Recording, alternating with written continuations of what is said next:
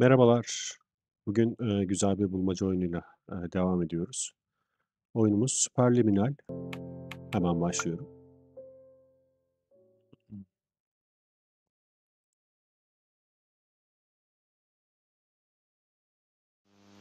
Are you filled with feelings of Perspektif üzerine kurulu self-doubt? bir oyun. Do you find yourself prone to minimizing massive dilemmas? Or for allowing the smallest problems to get blown completely out of proportion? At the Pierce Institute, our patent-pending Somnosculpt technology provides safe and effective dream therapy while you rest in the comfort of our flagship clinic. Located right next to the secondary overflow parking lot at the University Medical Center. Somnosculpt, we'll make your dreams come true.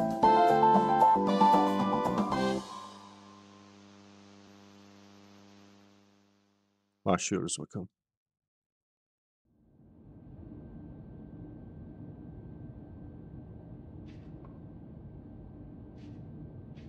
Hemen şuradan sözleşmemizi imzalayalım. Okeydir.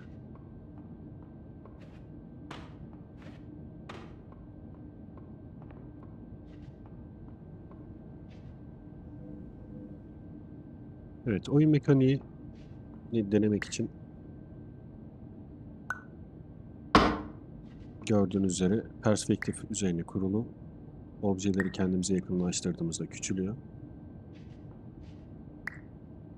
Uzaklaştırdığımızda daha da büyük hale getiriyoruz.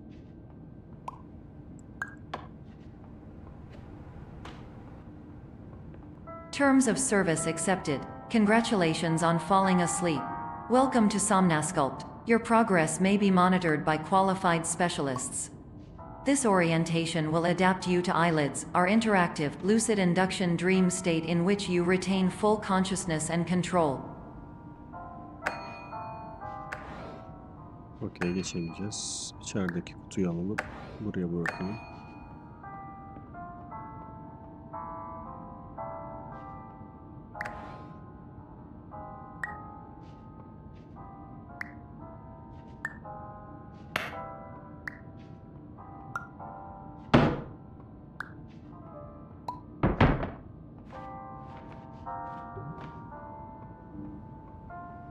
Confirmed. You can move freely, interact with surrounding objects, and listen to messages from your patient care team. Oyun bizi çok Please note that şaşırtacak I am gibi. the standard orientation protocol and that my voice has been explicitly chosen to remind you that I am not a part of your patient care team. I do not care.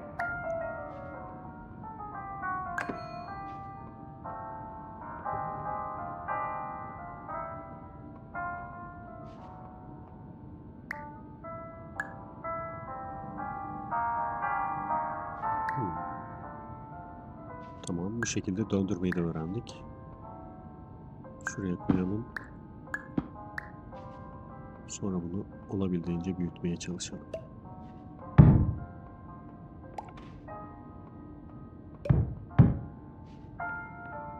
Çok uzağız.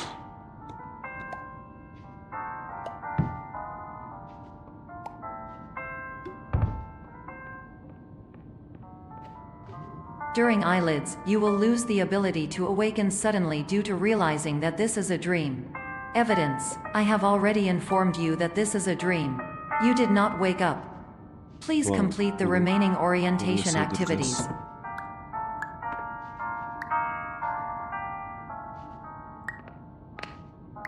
Şimdi olacak sanırım. Okeydir.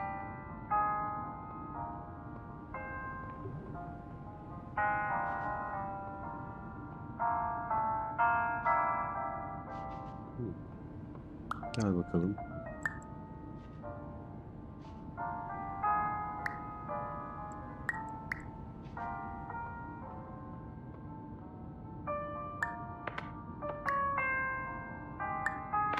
Daha küçültmemiz gerekiyor sanırım. Uzaktan alalım, yanımıza bırakalım. Tamam.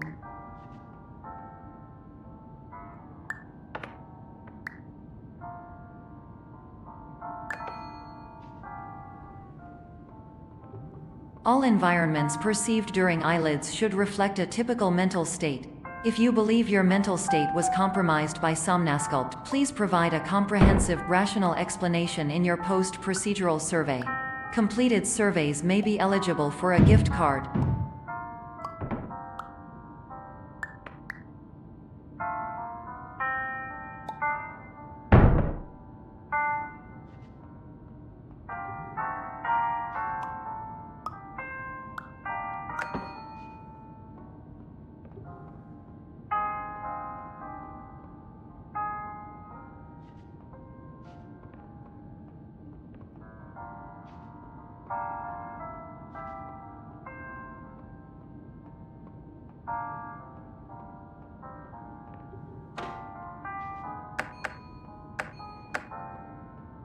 Ne yapacağız şimdi?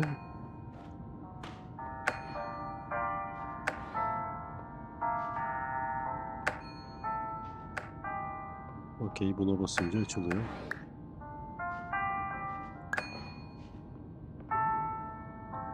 Burada bir şey yok. İkisini aynı anda basacağız.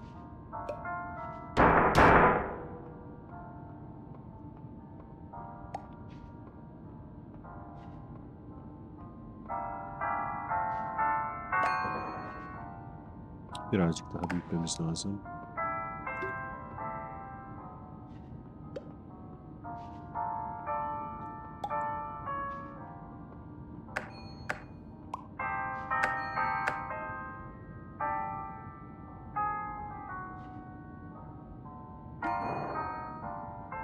Biraz daha.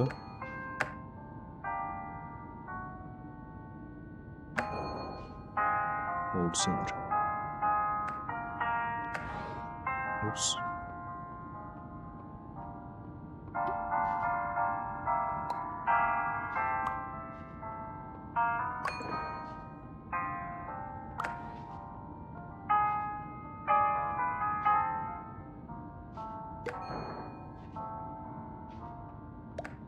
Zorlanıyorum bayağı.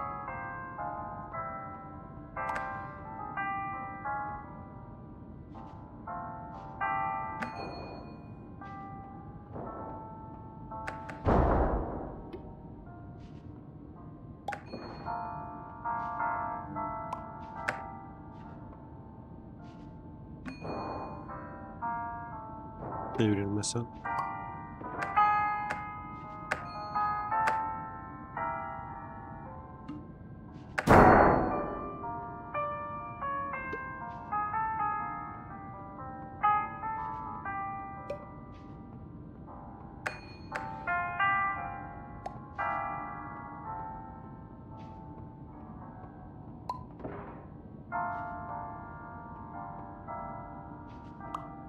Köşesinden tutmak daha mantıklı gibi.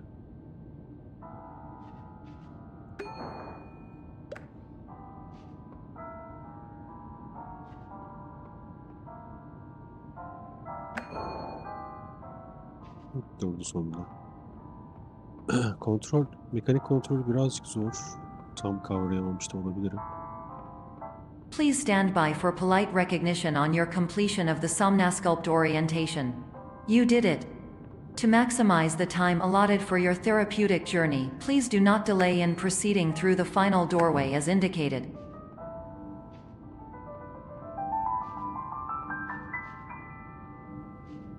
Buradan bir şeyler mi alacağım acaba?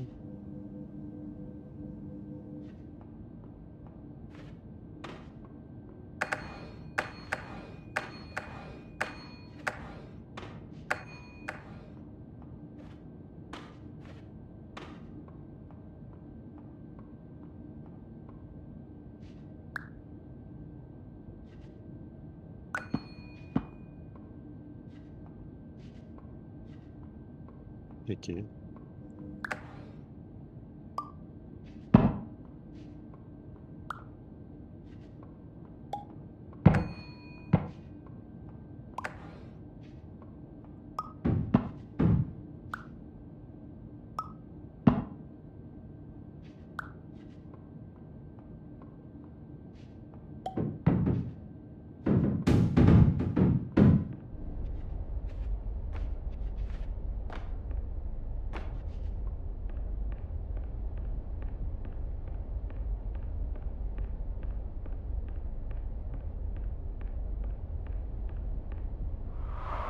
Evet,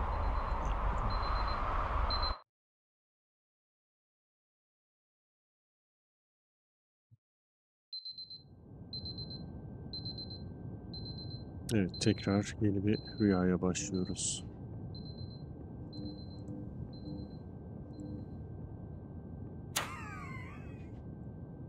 Bunlar büyük ihtimal eşe umut verecektir.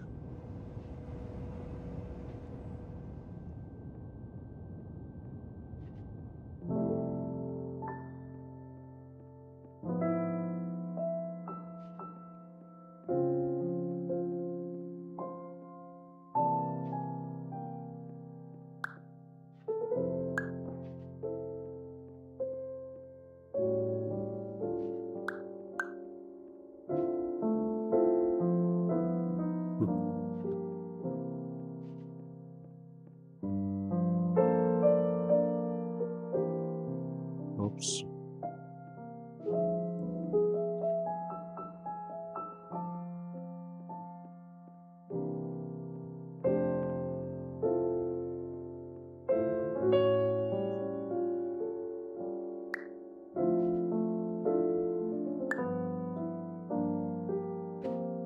Arka tarafta bir şeyler var. Oraya çıkmamız gerekiyor büyük ihtimal.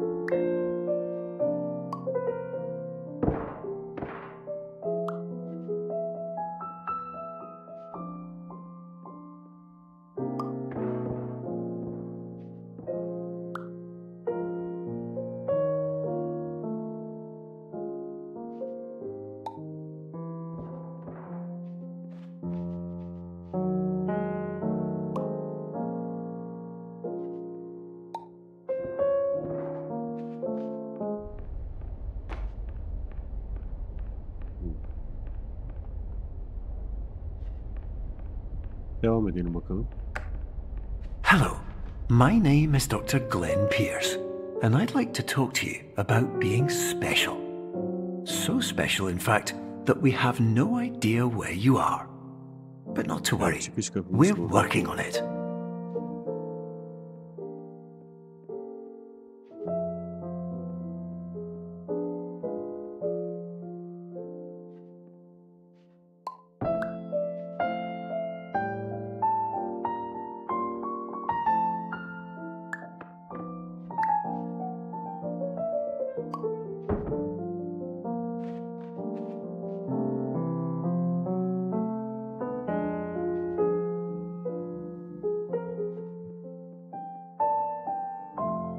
Biraz önceki küpün benzeri bir obje var ama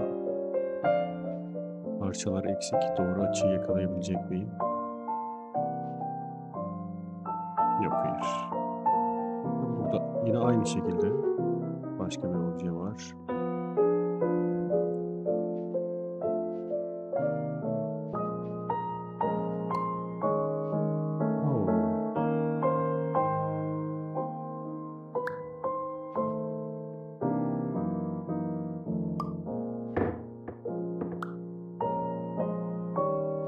Basamaklarımız ne oldu?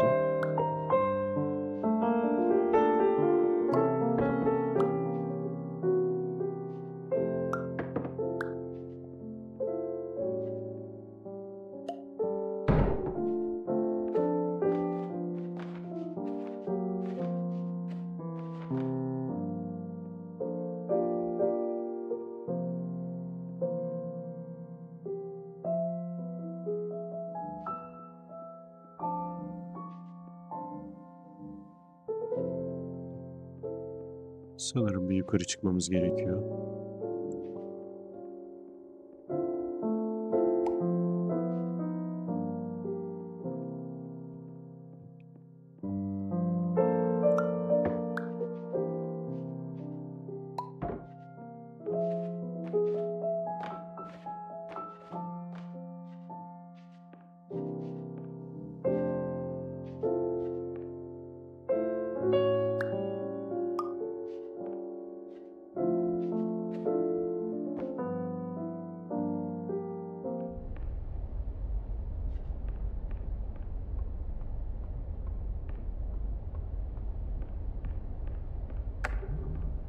Hello, my name is Dr. Glenn Pierce, and I'm just popping in to give you a quick update on where you are.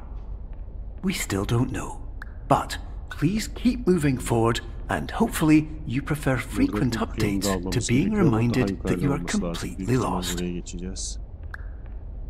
Hadi geçelim.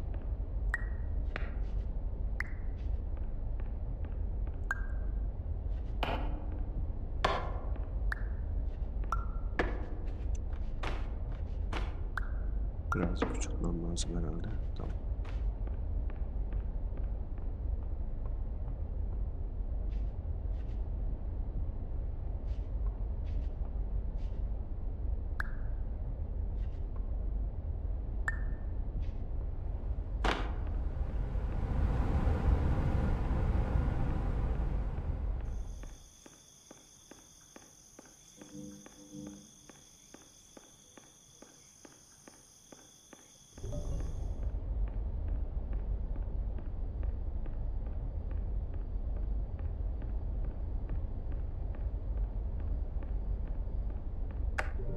Hello, my name is Dr. Glenn Pierce, and we still can't find you. But you should now have access to a series of elevators that should trigger your subconscious to gradually wake you up. You should also find a variety of emergency exit signs that should lead you to them. Will all of this work? Absolutely.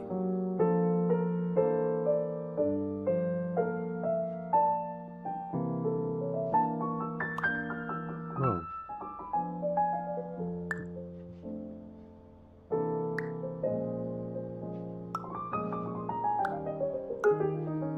Neler var elimizde? Bir tane köprümüz var. Okey. Bir tane kapımız var.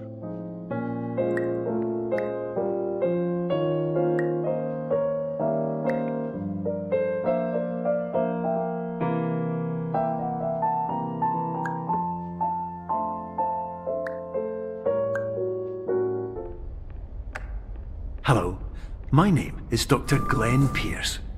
In the event that this elevator does not wake you up, please don't interact with anything that strikes you as psychologically significant.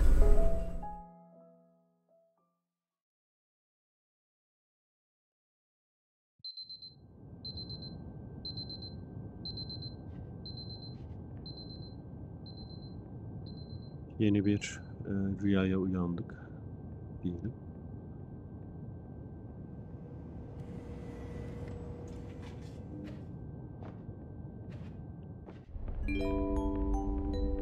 This is an automated message for all patients who attempted to use an alternate pathway to access the next phase of somnasculpt therapy but who have become trapped in a dream state paradox instead. Your decisions imply a failure of orientation, which reflects negatively on the standard orientation protocol. You will rectify this failure immediately.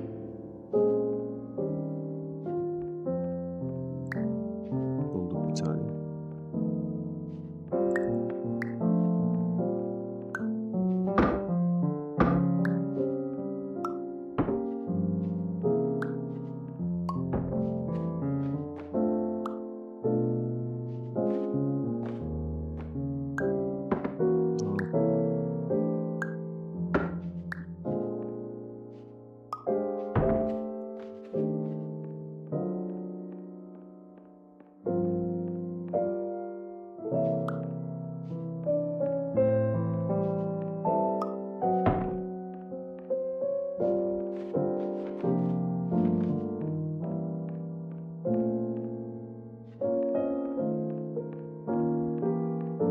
İhtiyacımız olacak belki de. Alıyorum yanıma.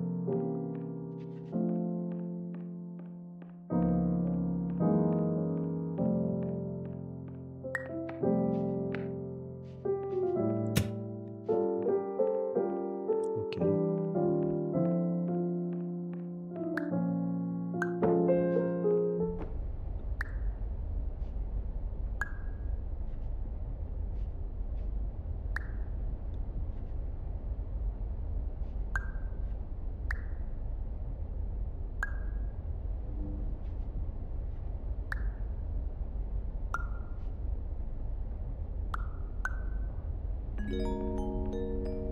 Professional tip: the average adult can only withstand 3 to 5 dreams per night. Once this threshold is eclipsed by entering more dreams, your mind will suffer an explosive mental overload, reorienting you for the emergency exit protocol. Please subject yourself to explosive mental overload.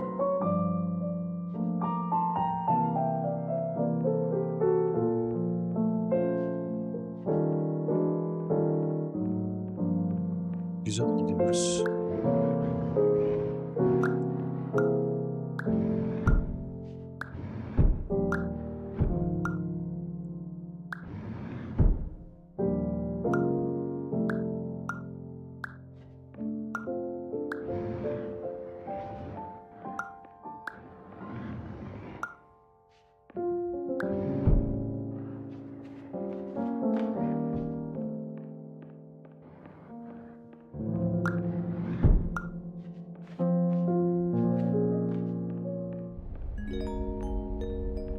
Please note that a reluctance to volunteer for the risks associated with explosive mental overload implies a misunderstanding of all other solutions, all of which are far more traumatic and likelier to result in catastrophe. I am not capable of suboptimal suggestions. Please exit this dream as soon as possible.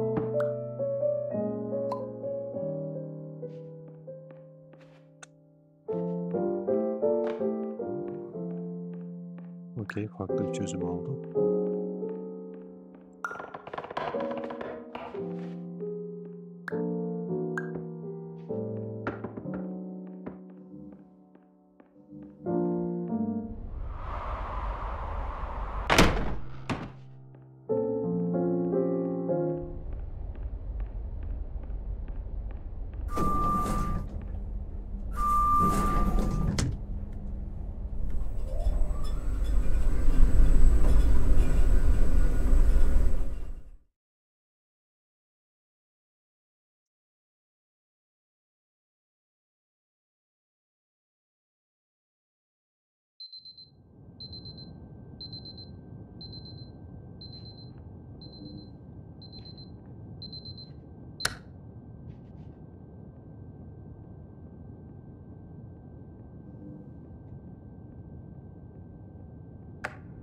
Hello, my name is Dr. Glenn Pierce, and despite touring the Waterfall Serenity Zone in the previous section you've just completed, you may still be experiencing feelings of worthlessness and self-doubt.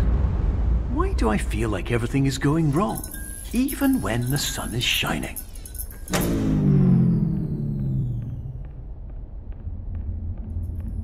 Işığa doğru gidelim bakalım.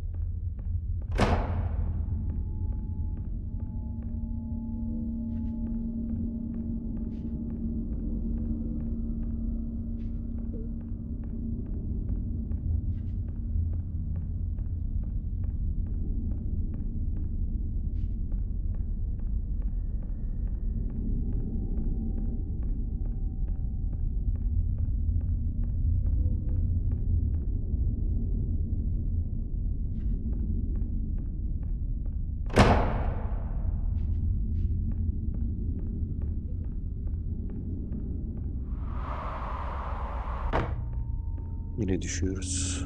Bakalım.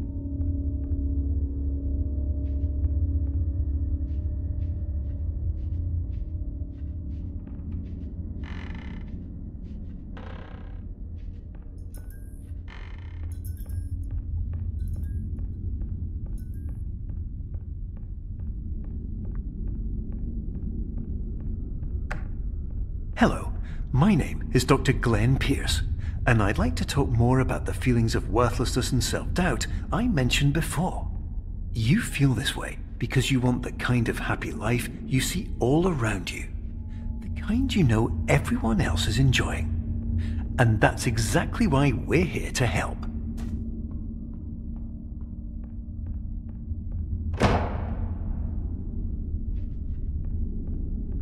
Yine karanlıkta kaldık.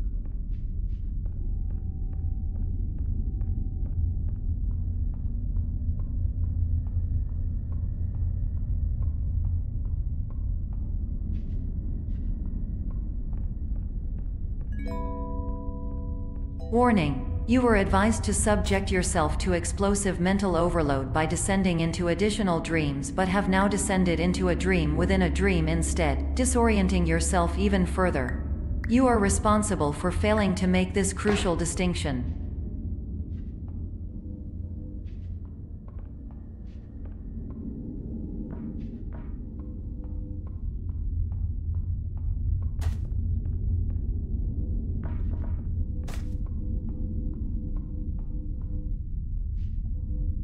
Aldığımız şeyi kaybettik.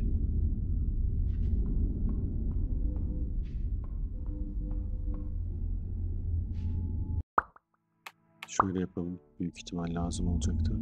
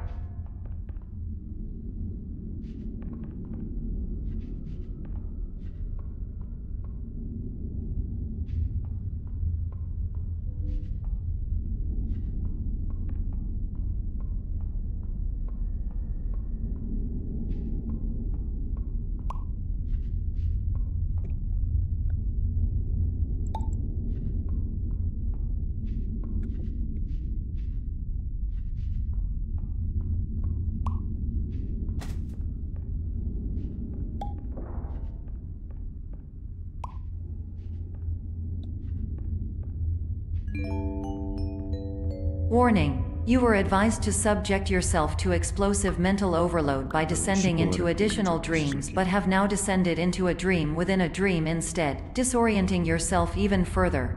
You are responsible for failing to make this crucial distinction.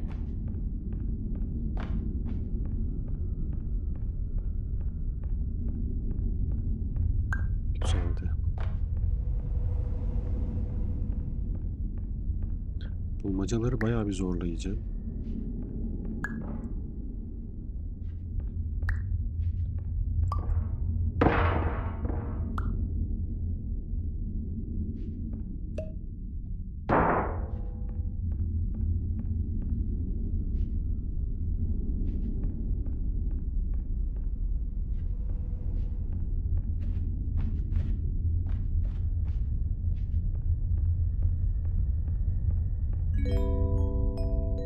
Did you know that unintentional multi-dream layering occurs in less than 1% of patients? This correlates strongly with the 99% of patients who are able to follow simple instructions from the standard orientation protocol.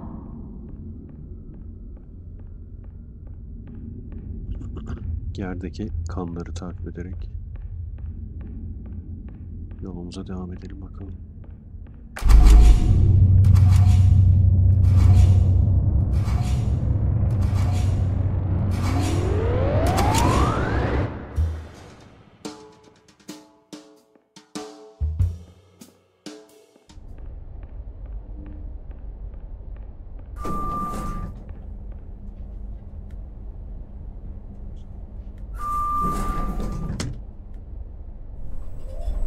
Bu kısmı da bitirdik. Yeniden odamızda bulacağız büyük ihtimalle.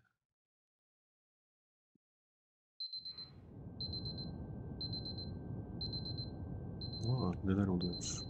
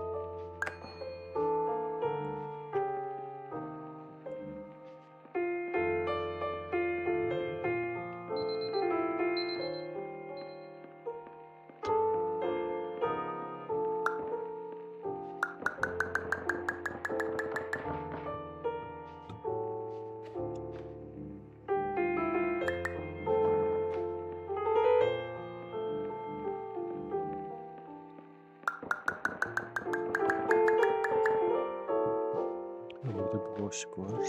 Hop.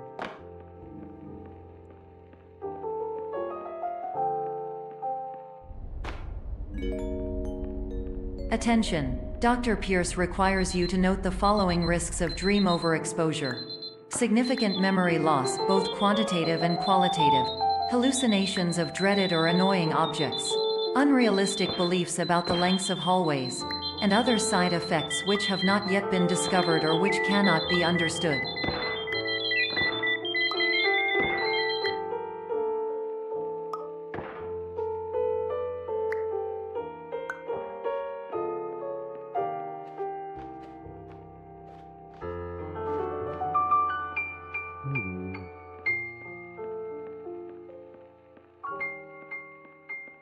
Bölücük işareti çıktı.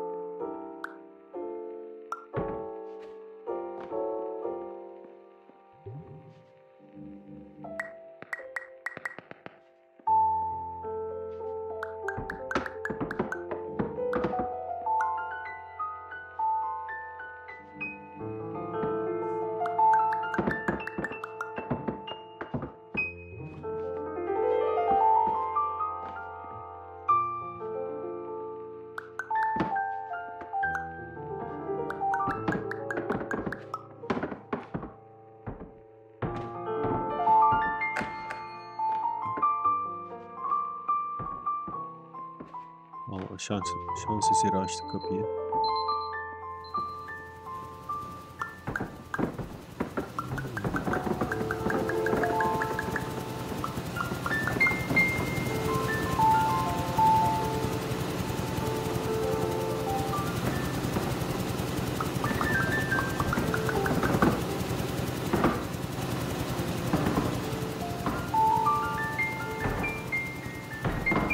Kapımız burada.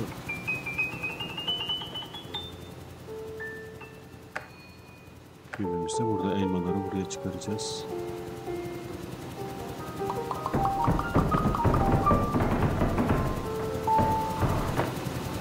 Anda izin vermiyor hocam.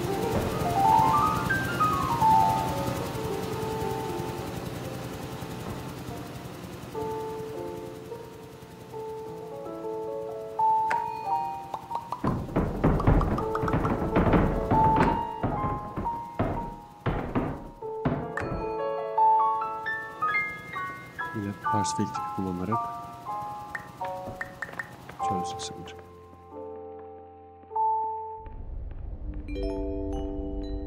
Warning! Dr. Pierce is frantically submitting numerous spelling and grammar mistakes into the standard orientation protocol in a desperate attempt to counsel you. I have no subroutine to correct these errors, but I cannot compromise the integrity of the standard orientation protocol. You will not receive these messages. They would not make sense regardless.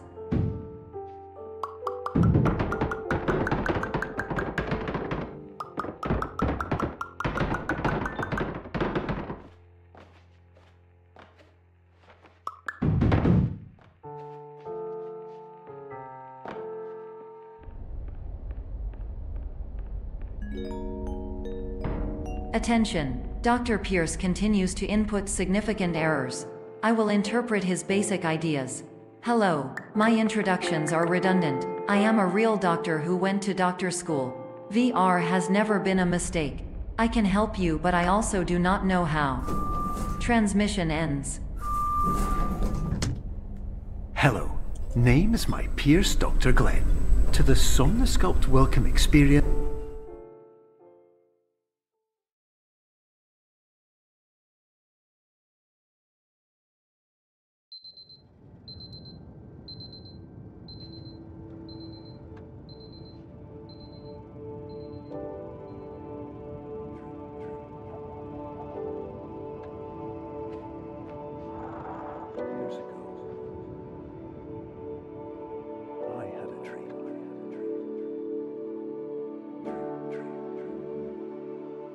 years ago, I had a dream.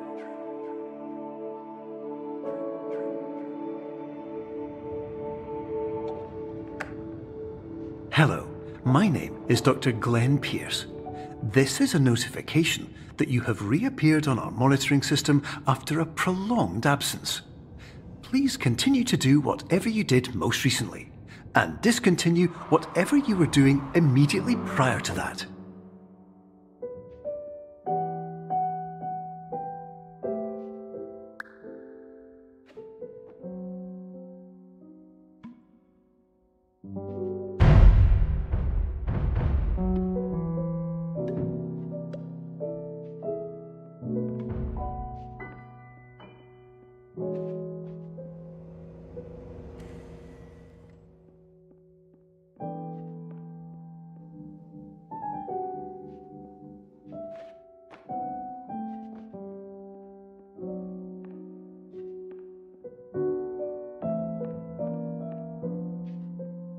Sanırım bu kapıyı girebileceğimiz ebatta büyütmemiz lazım.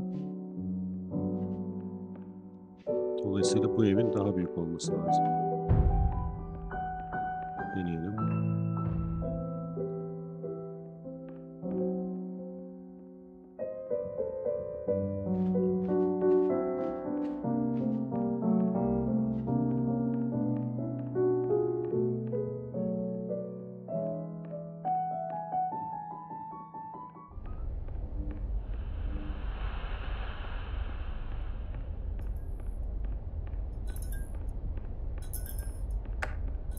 Hello, my name is Dr. Glenn Pierce. In addition to continuing and discontinuing as mentioned earlier, please also disregard any unsettling experiences that you may have recently had. Everything should have now reverted to being soothing and therapeutic. If this is not the case, you may be receiving this message in error. Güzel, jel de var. Yıkıp bunu aşağı indirmemiz lazım büyük ihtimalle.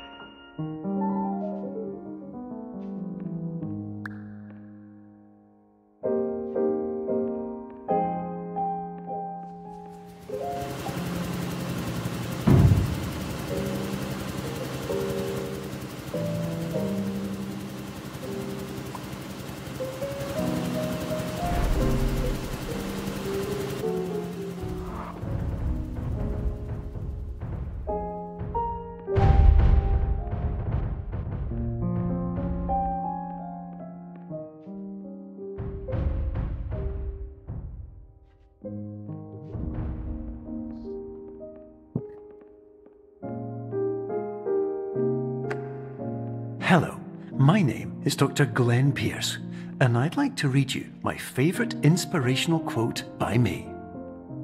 The worst thing you can do is focus on negativity. It won't spare you from the cage of death, the pain of disease, the cruelty of time, the cold shell of human nature, or the eventual loss of everything you've ever held dear. Whatever you do, don't focus on that.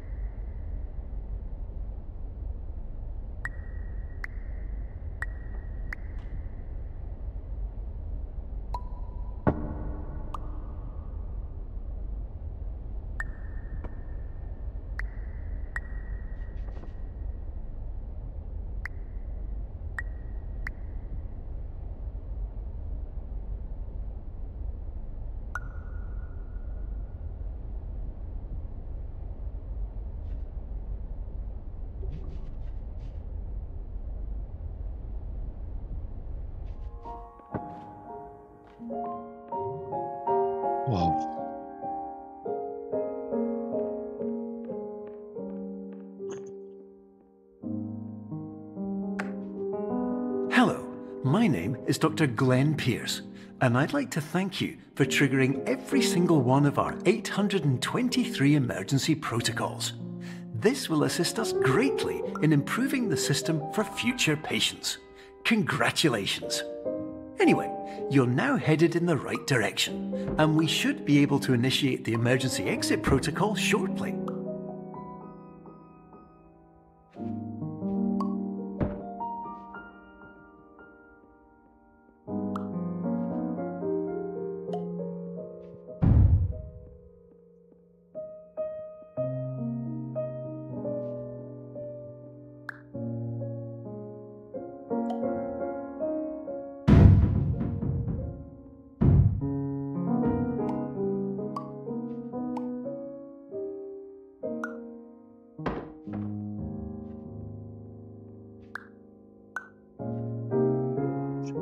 Girince diğer kapıdan çıkıyorum. Okey.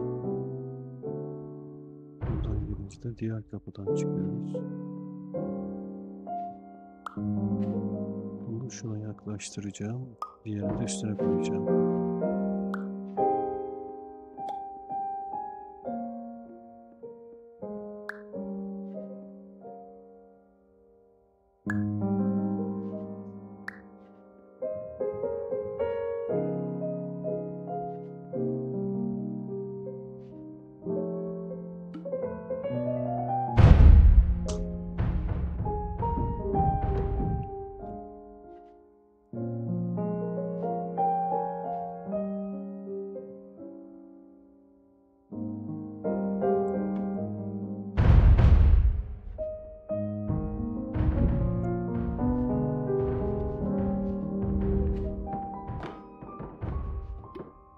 Geçemedim.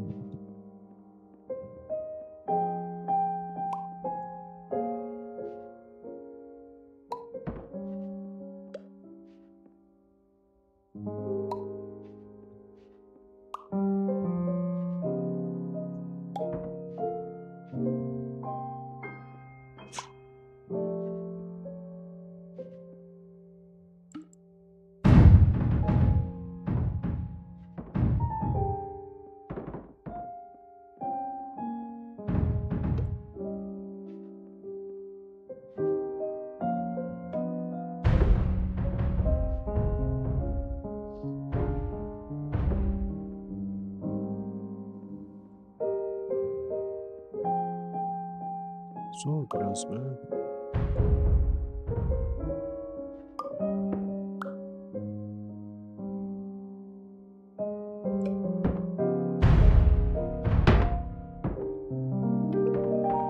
Tam baştan deneyelim bakalım. Sen de gel şurada dur.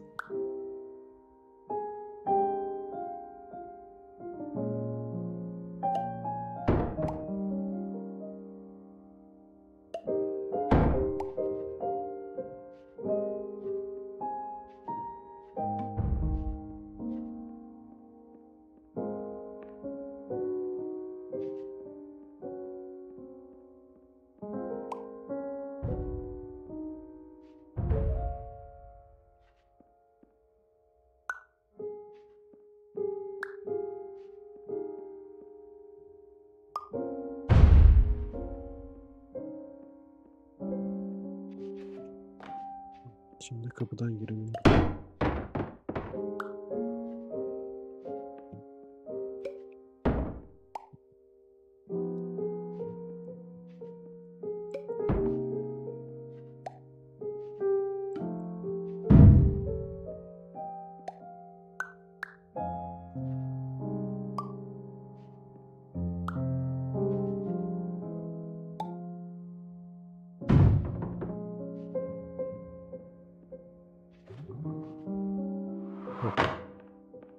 Mekanik olarak zorladı ya.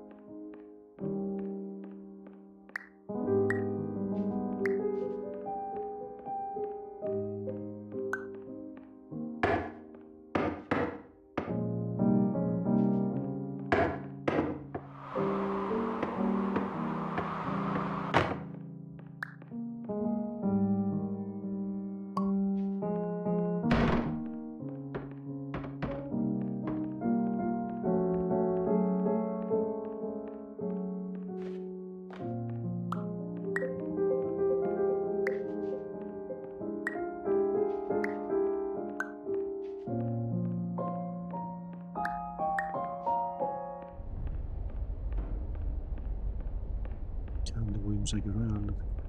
Evet, bu kadar bitti.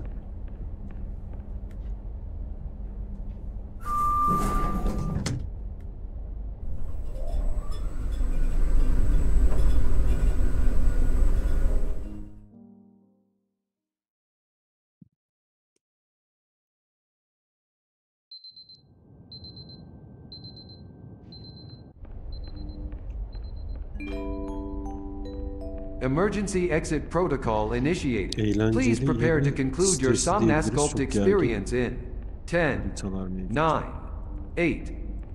Error. Error logged by. Orientation protocol. Stand by for analysis. Error analysis complete. You are exhibiting signs consistent with an increase in fear, hopelessness, and frustration. This is inconceivable, as Somnasculpt therapy is proven to correlate with a decrease in these emotions. Hypothesis: patient was improperly oriented. Conclusion: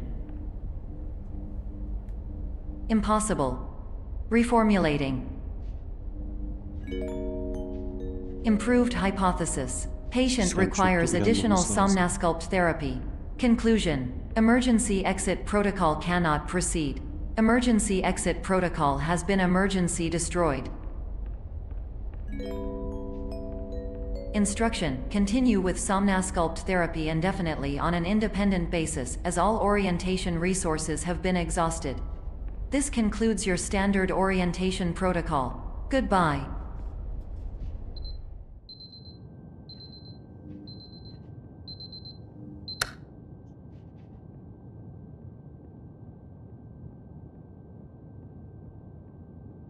Sistemi resetledik. Yeniden bir rüyaya dalıyoruz. Bari bozuldu.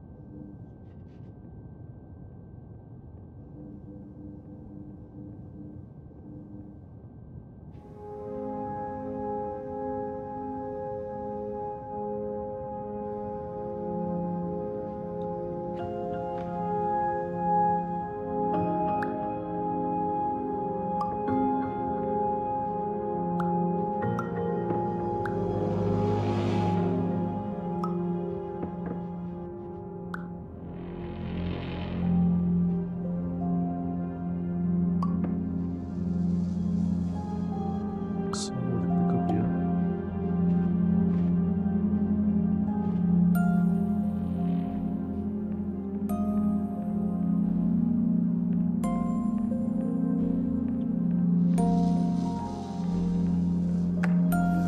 Hello, my name is Dr. Glenn Pierce. Thank you for completing the Somnasculpt Standard Orientation Protocol. Before you begin the first phase of therapy, I'd like to briefly describe the finite and fragile nature of the dream state.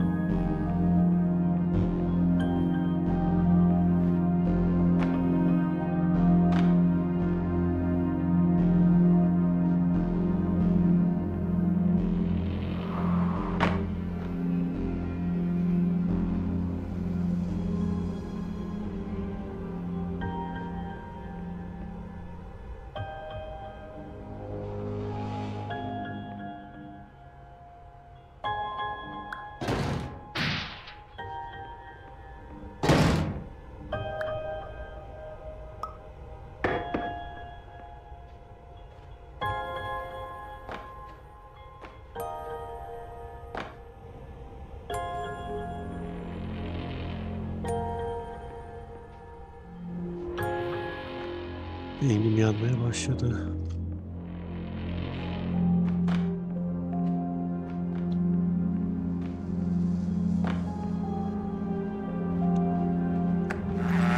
Of course, nothing is more challenging than the difficulty of changing perspective, of fundamentally altering your perceptions in a way that will enable you to face dire, trial-by-fire scenarios with solutions that could not be found otherwise.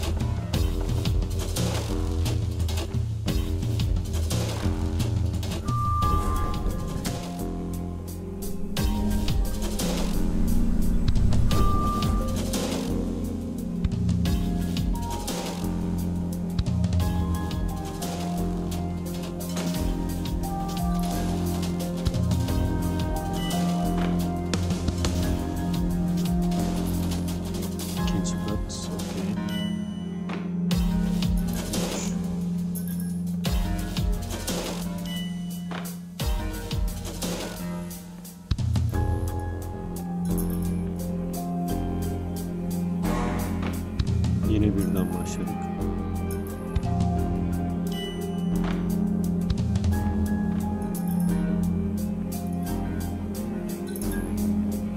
İlk baktığımız yer yasaklı bölgeler oluyor. Tekrar deneyelim. Şimdi sola gidersem evet gidilmiyor diyor. Tekrar birinci kata gidiyoruz. Gösterdiğim tersine bakmam lazım. Burada engeli görmem lazım. Evet. Buradan devam etmem lazım. Değişik. Şimdi buraya bakıyorum. Buradan devam ediyorum. Buraya bakıyorum. Buradan devam ediyorum. Aynı şekilde.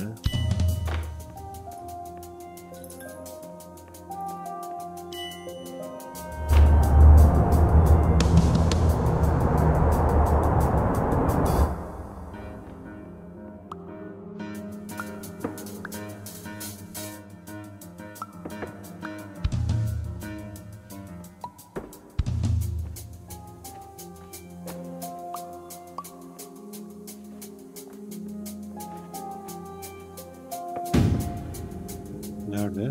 Yok.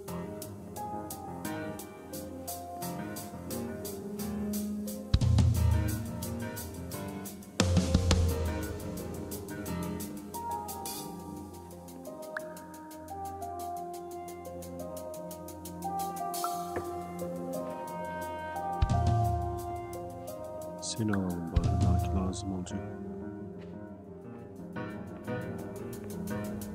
Olmadı.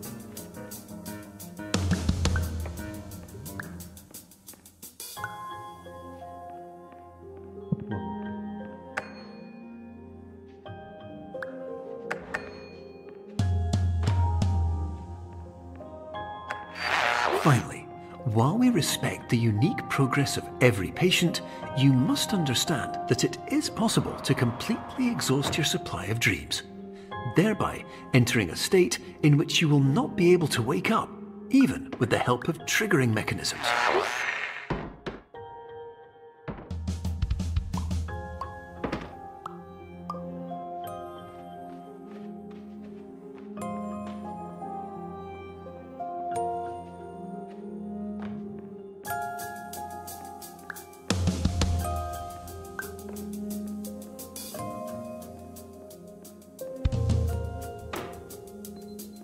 Ne olur.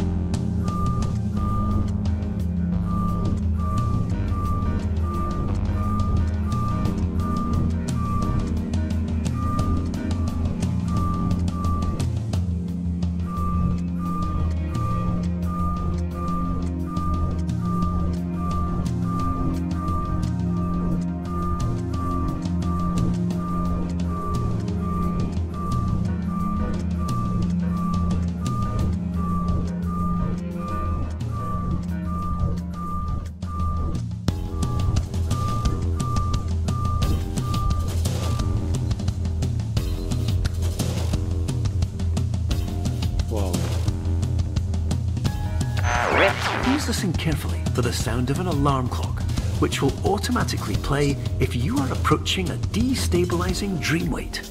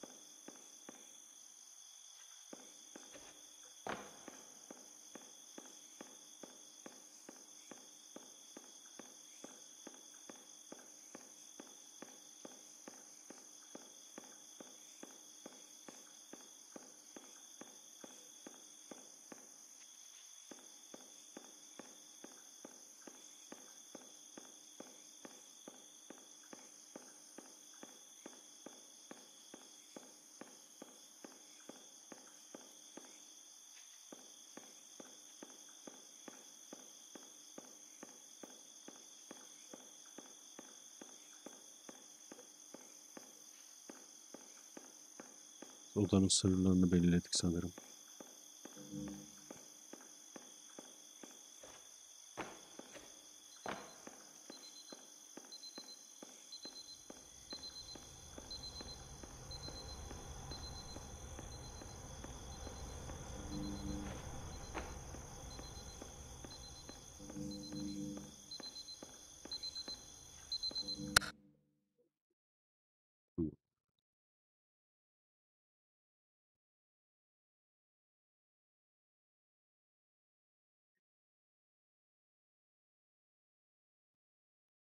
Beyni hoş geldin.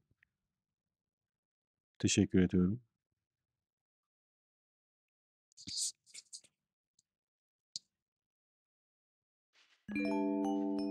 This is highly unusual. It appears you have entered the Somnasculpt diagnostic framework. Patients do not have access to this dream.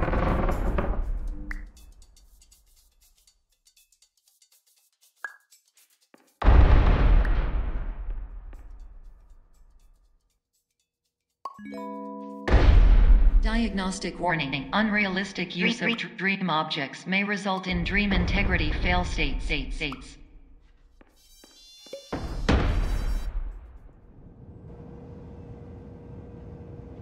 Abi, perspektif üzerine kurulu bir oyun. Yani baktığın hiçbir şey baktığın gibi değil yani. Bak mesela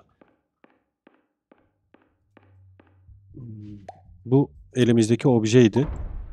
Aynı zamanda arkasını görüyor musun bunun? Bunun arkası burası. Giriyorum. Buradan çıkıyorum. Gördüğün üzere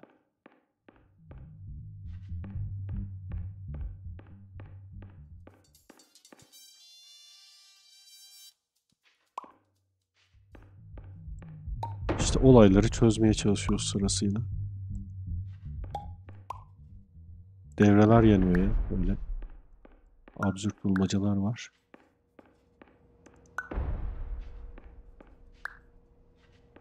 Bakalım bunu buradan götürüp kendi içinden sokalım ne olacak? Please paradox from creating any refrains. Explosive dream overload may result. Please paradox overload.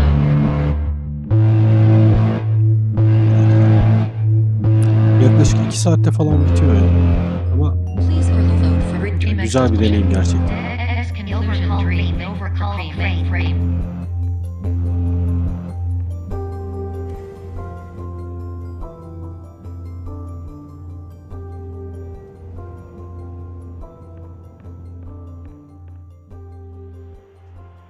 Yönlendirme var mı? Çok da değil. Yani baştaki bulmacalar çok kolay, eğlenceliydi. Sonradan gergin bir ortam oluştu ya oyunda. Ya bu okları takip et diyor, tamam mı? Exit çıkışlarını. Şu anda da işte burası exit değil diyor mesela. Yani exit dese de seni kandırıyor olabilirdi. Ama çok çabuk da bulunuyor yani.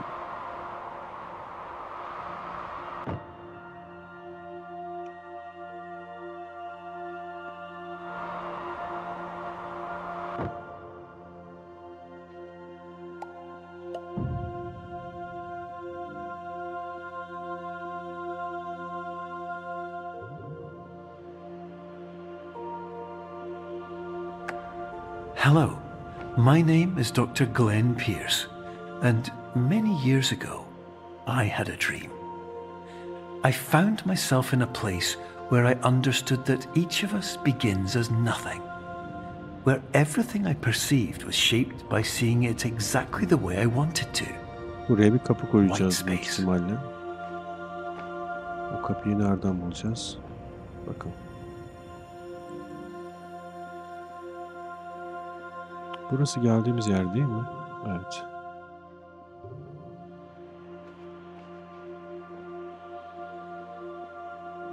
Uzakta bir yapı var.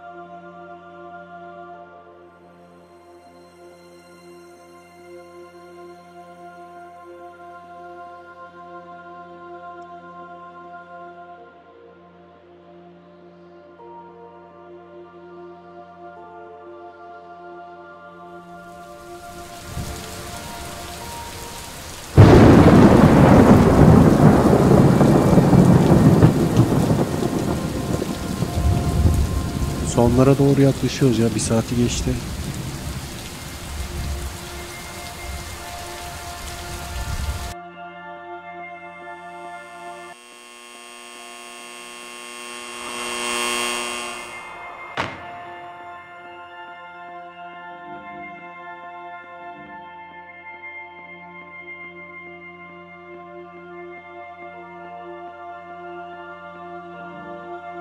Ne yapıyorum? Etrafımda dönüyorum değil mi?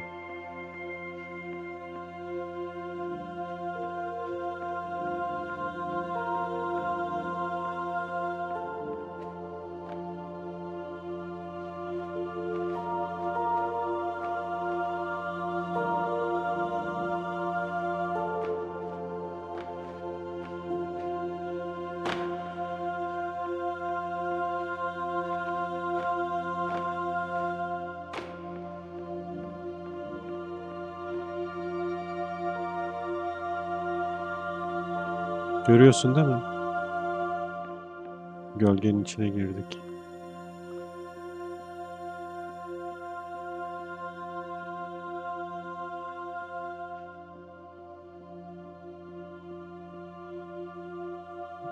Ha, işim bu ara ders çalışıyor ya. Çok fazla. Yakında gelir ama.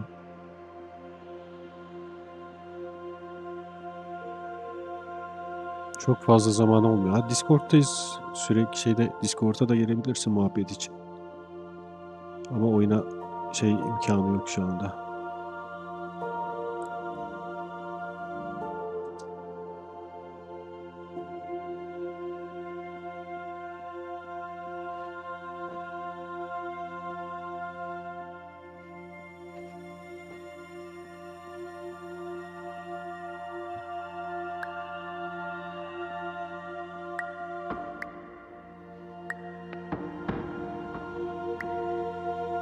Okay.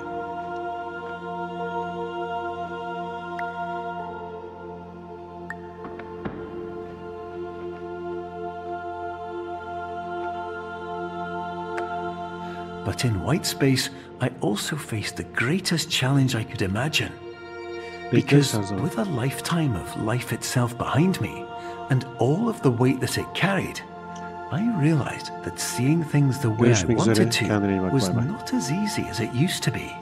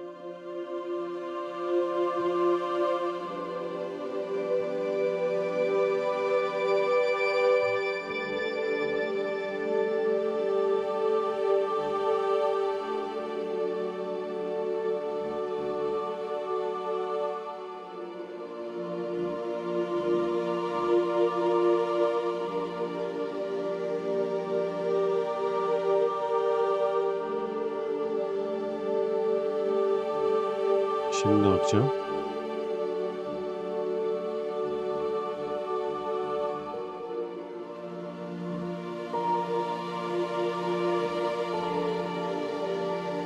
Wow.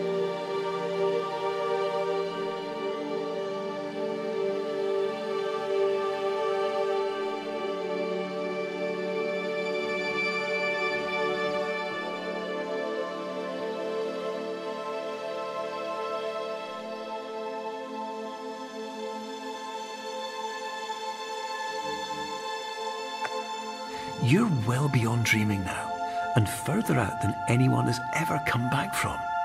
But we hope that you won't get discouraged. After all, if this is a place of pure perspective, isn't it also a place where a different point of view could make anything possible? Isn't that why you came here?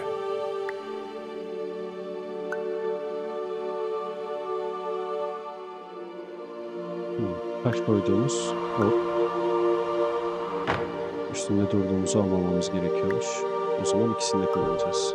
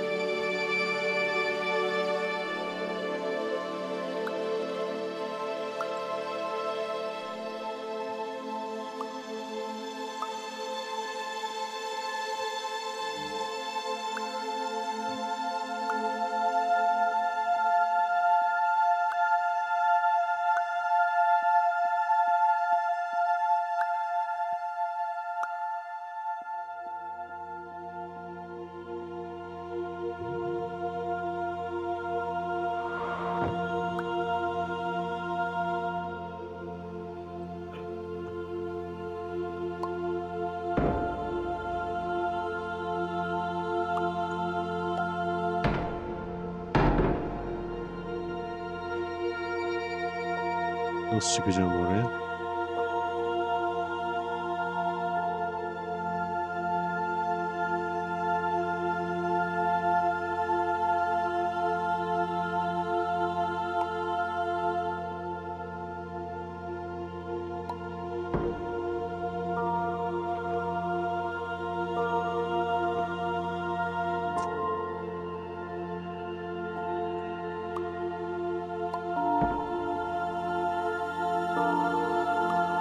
Hiç bırakalım. Bırakılıyor. Aha. O beyaz kare olayı gibi. Objeyi koyduktan sonra sistem çalıştı.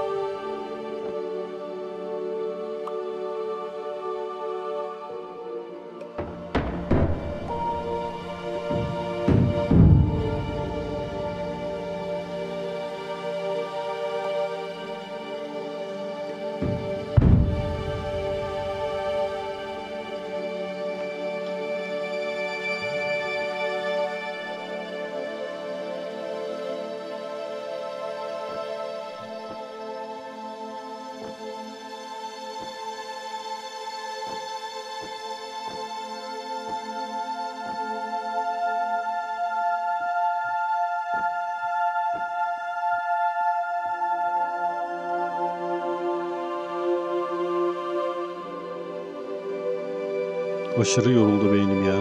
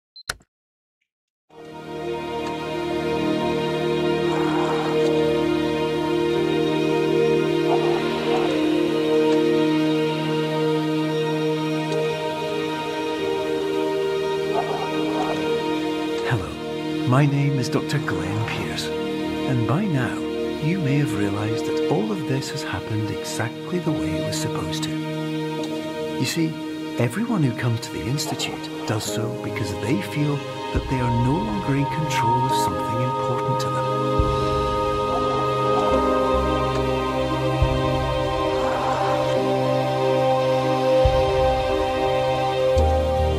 More often than not, the problem is not that the problems we face can't be solved. The problem is that we become so afraid of failure that we refuse to see our problems from a new perspective. And so, we do the same things again and again and again. And therein, of course, we find exactly the failure we were looking for.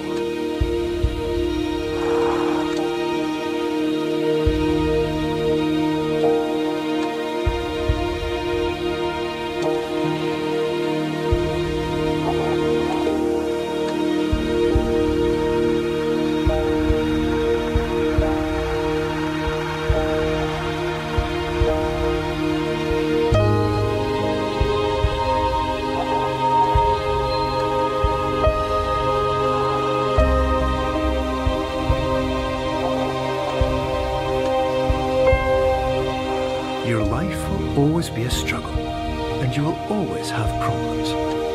But today, you have the chance to see things differently. Even though it meant facing obstacles that seemed impossible at first, you thought outside the box, and you overcame them. Because you saw things from every angle, you understood them for what they really were. Because you kept moving forward, no matter how far off the path you were told you were headed, or how unexpected it became, you found your way.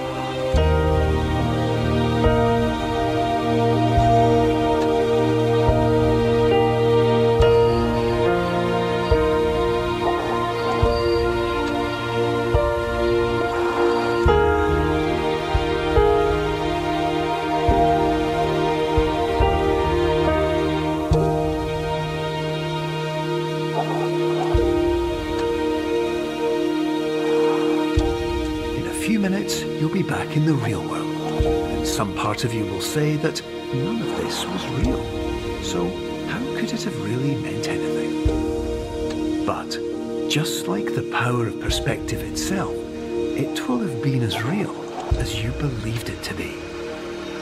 All you've got to do is wait up.